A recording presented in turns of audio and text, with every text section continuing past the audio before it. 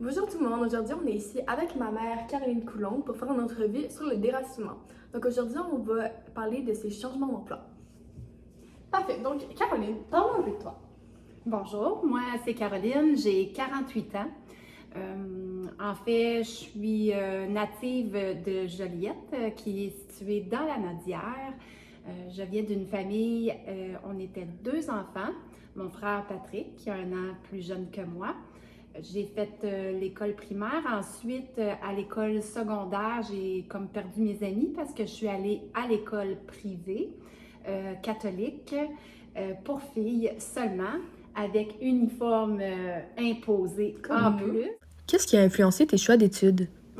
Ça a été un grand hasard. En fait, c'est une amie, pas ma meilleure amie, mais une amie qui voulait aller étudier comme thérapeute en réadaptation physique. Aujourd'hui, on dit technologue en physiothérapie. Puis elle m'a dit, viens avec moi, ça va être le fun, c'est à Montréal. Puis finalement, j'ai été élève d'un jour et puis j'ai finalement décidé d'appliquer pour le programme d'études au Cégep, qui est une technique de 3 ans.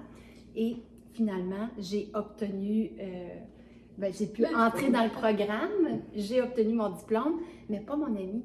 Finalement, je suis allée toute seule. Est-ce que vous conseillerez ce travail-là à quelqu'un de notre âge maintenant ou vous êtes comme... Oui. Oui.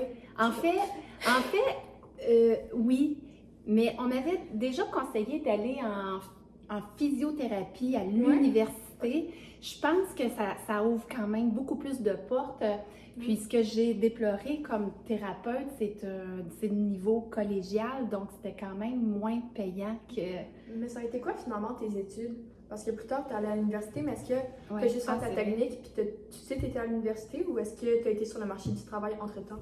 J'étais sur le marché du travail, mais je voyais bien que financièrement, là, j'allais atteindre un plafonnement. Ça marche par échelon salarial. Il y avait 12 échelons. Puis là, je me disais, je me vois pas à 30 ans être plafonnée au niveau salarial alors que le niveau de la vie augmente et mes besoins également. Donc, j'ai décidé de retourner à l'école, à l'université, en faisant des certificats par cumul, 3 certificats qui donnent un baccalauréat à sciences, là, c'est comme général, mais j'ai fait un certificat en gérontologie parce que je travaillais avec les personnes âgées. J'ai fait un certificat en santé et sécurité du travail parce que c'est un domaine qui m'intéressait grandement. Puis j'ai fait un autre certificat en gestion des réseaux de la santé et des services sociaux parce que je voulais m'en aller plus en gestion. Donc beaucoup d'études, beaucoup d'études. T'en as beaucoup fait. C'est quoi que ça t'a permis de faire comme travail? Ça a été quoi tes emplois précédents? Quand j'ai fini mes études, je suis devenue thérapeute en réadaptation physique. J'ai commencé à travailler au CLSC à Rivière-des-Prairies, au soutien à domicile. Moi, je demeurais sur la Rive-Sud, fait que oui, quand même, c'est le tunnel Louis-H. Lafontaine, là. Donc, c'est... À peu près combien de temps de route?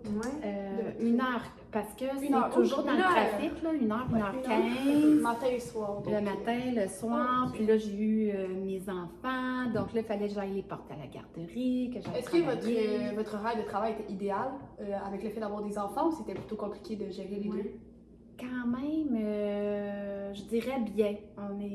C'est un emploi au gouvernement, puis il y avait quand même une certaine latitude là, je suis pas obligée, je travaillais pas en usine où est-ce que je dois être arrivée à 8 heures pile, puis fait que même si j'avais un petit peu de retard, c'était par demi-riance. Puis est-ce que tu qualifierais que ton changement d'emploi, ça a été un déracinement? Totalement. Vraiment, à plusieurs niveaux, là, je dirais. Le déracinement, voyez-vous, au CLSC, j'étais rendue que j'avais transféré sur la Rive-Sud de Montréal, plus près de chez moi. Puis l'IVAC, ça imposait que je retourne travailler à Montréal. Puis comme c'était encore de la route, puis comme c'était dans le centre-ville, là, c'était du transport en commun, ce que j'avais jamais fait de ma vie. Fait que c'était une autre adaptation. Donc, même temps, là, 1h15, 1h30, mais il fallait quand même que, c'est ça, que je prenne le transport en commun, que je marche, Fait que ça, c'était différent. Maintenant, dans les grandes différences, la clientèle n'était pas pareille du tout. Ça a été une grande... ouais, Est-ce que ça a été dur au niveau mentalement pour vous aussi de voir des victimes d'actes criminels? Ouais. Quand même. Quand même, au début, je lisais toutes les histoires, les événements, puis c'était tous les vraiment dossiers. prenant, là. Vers la fin, je le faisais plus, là. Ouais. Tu sais, dans le fond, je me concentrais sur le rétablissement, parce que les victimes, c'est de tout âge, là. Ça peut être un petit garçon sur la rue qui marchait en avant de ses parents, puis que finalement, un monsieur qui décide de faire une passe de karaté fou un peu dans la tête, qui vient frapper l'enfant, l'enfant tombe, puis qui est vraiment, là, qui Justement, a vraiment peur. justement, c'est quoi une histoire qui t'a le plus marqué?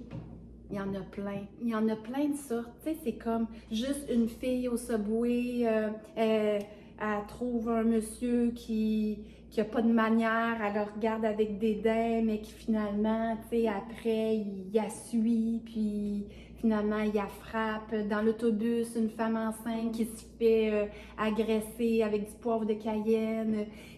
Toutes sortes de... Toutes Est-ce sortes. que c'est quoi la différence entre ton emploi actuel puis celui que tu as eu avant? La plus grosse différence? La plus grosse différence... Mettons entre l'IVAC et le FCLC. Ouais. Ben c'est ça, c'était que je m'occupais avant de guérir le physique, Ouais. alors que là, c'était de guérir le psychologique, mettre en place des mesures pour qu'ils puissent se rétablir, tu sais, faire des contrôles avec des psychologues, avec des ergothérapeutes, comment faire pour qu'ils puissent retourner au travail. C'était une clientèle différente parce qu'en CLSC, j'étais plus avec une clientèle plus âgée quand même, quoique j'ai eu des enfants, mais tu sais, c'était quand même plus âgé. Donc, ça a été très différent. Qu'est-ce que ça a changé, ton changement d'emploi dans ton quotidien et dans ton entourage? Ben, oh mon Dieu, plein de choses. Il a fallu de l'adaptation, il a fallu que mon conjoint, tu sais, puisse Le transport, le souper. aider, c'est ça, parce que l'horaire changeait aussi. Est-ce que lui aussi a dû changer son horaire pour s'adapter à la vôtre ou pas du tout? Oui, Il a fait plus de totalement. souper, hein. Avant, Ok. je faisais les transports ouais. aussi pour emmener les enfants après l'école. Ensuite, ça a été lui qui a pris la relève. Donc ça a changé. Il y a eu des changements positifs au niveau du salaire quand même. Sinon, dans les changements avec moi-même, là, j'ai appris à plus m'affirmer, à mettre mon pied à terre, à mieux me connaître. Ça, c'est aussi en grandissant, là, il y a eu quand même une différence entre quand tu sors des études, tu vas au CLSC, tu viens juste d'arriver sur le marché du travail, Ouais, il y a ça versus aussi. l'IVAC, Il y a où ça est-ce aussi. que tu as pris de l'expérience. Oui, oui. Mais tu sais, parce que quand on travaille avec la clientèle, en tout cas à l'IVAC, il y a des choses que je pouvais il y a des mesures que je pouvais mettre en place, mais il y a d'autres choses que je pouvais pas ou qu'on me demandait puis que c'était pas possible. Donc, apprendre à dire non. Tu sais, c'était pas facile pour moi. Et si c'était à refaire, est-ce que tu referais ce changement-là? Ah, tellement, vraiment. Oui. Vraiment, ça a été, tu sais, le changement est quelque chose de difficile, mais, tu sais, j'ai beaucoup pleuré quand j'ai fait le choix de changer parce que c'est comme si je mettais à poubelle mon diplôme, parce que j'ai arrêté de cotiser à mon ordre professionnel. Puis le fait de ne plus être autant présente, un peu moins présente pour mes enfants aussi, mais tu sais, Zoé était jeune, était en première année à ce moment-là. Ça aussi, j'avais vraiment trouvé ça très, très, très difficile, là. Mais... est-ce que vous regrettez d'avoir fait des études comme technologue? Vous êtes fière de les avoir faites? Je suis vraiment contente. Si j'avais à le refaire, ça serait comme dans le même domaine. Donc, pareil, rien de différent? Ben, j'irais plus en ergothérapie. Admettons, c'est quoi l'ergothérapie? L'ergothérapie, ça s'occupe aussi il s'occupe de l'horaire beaucoup occupationnel, de donner des stratégies pour compenser leur incapacité. Donc, c'est super intéressant, mais j'ai aussi beaucoup aimé la physiothérapie. Donc, je resterais toutes dans le même domaine, mais Ouais. je suis vraiment contente du parcours que j'ai fait. Puis, c'est comme la continuité. Dans le fond, je me sens accomplie dans ce que j'ai fait. Je suis à la C'est ça bonne qui est place. pas- C'est ça qui est Ouais. important qui clôt notre entrevue avec Caroline. Donc, merci Caroline d'avoir été là pour nous. Merci maman d'avoir été là. Plaisir. Donc, merci d'avoir écouté.